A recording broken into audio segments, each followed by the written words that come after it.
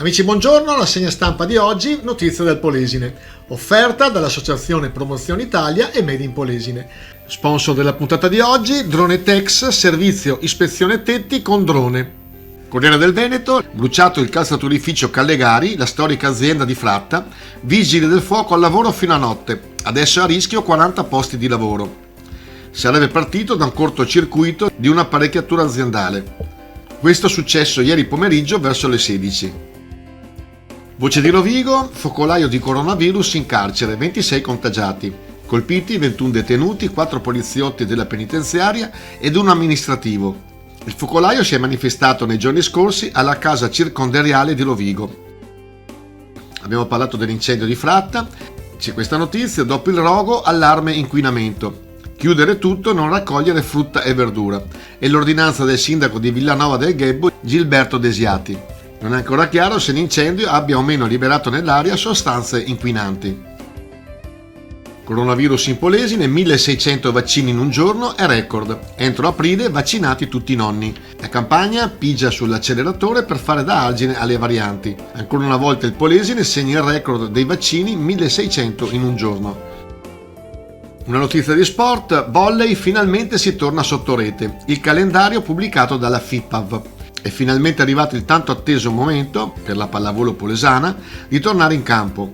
Le formazioni allo start di partenza saranno l'Under 19 femminile nazionale, l'Under 15 femminile nazionale e l'Under 17 femminile nazionale. Rosolina ha realizzata la stazione di ricarica più grande d'Italia. Si trova di fronte alla RSA La Rosa dei Venti. L'impianto, che serve ben 36 veicoli, permetterà di caricare completamente la batteria di un'auto elettrica in breve tempo.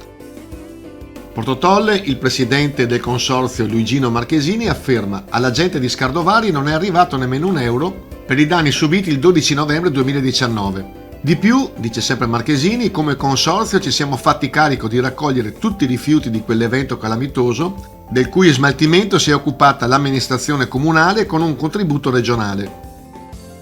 Del Gazzettino di Rovigo, scoperta centrale di pesca illegale, capannone utilizzato come magazzino del pesce e stabulazione dei molluschi da contrabbandieri e bracconieri. L'operazione della Guardia di Finanza è iniziata sorvolando la zona, nei guai un rosollinese ed un rumeno. Polley, sogno coppa per Delta Group. L'appuntamento è a Palazzo Pozzoni di Cisano Bergamasco, con fischio d'inizio alle 20:30 e diretta Rai Sport alle 20:20. I lombardi sono favoriti, ma i Nero Fucsia, che è appunto la compagine di Portoviro, hanno dalla loro il coraggio e la leggerezza di un cammino già straordinario. Vaccini, tutti vaccinati a settembre, gli over 80 entro fine mese. Il piano della regione, per marzo prevista almeno una dose per i nati prima del 1941 e da aprile, forniture permettendo, 50.000 iniezioni ogni giorno anche alla domenica. Inoltre, basta lettere inviate a casa, l'iniezione dovrà essere prenotata online o al CUP. Maxi sequestro di scarpe dalla Cina, la Guardia di Finanza intercetta lungo la 13 un camion bulgaro pieno di merce non conforme alle normative UE. Una sessantina di mezzi controllati nei pressi del casello di Villa Marzana, bloccato anche un carico di cuffiette. E per finire, l'economia in tempo di coronavirus, locali al capolinea, addio ai plateatici ma lo stop spaventa. I gestori stanno liberando gli spazi finora occupati da tavolini e sedie, però in molti rischiano di non riaprire più. Perdere anche Pasqua sarà devastante. Grazie per i vostri ascolti, vi ricordiamo che tutti i giorni alle 11:50 e alle 14 siamo su Radio Diva sulle frequenze 94 e 100 e come sempre è un piacere stare con voi. Ciao ciao!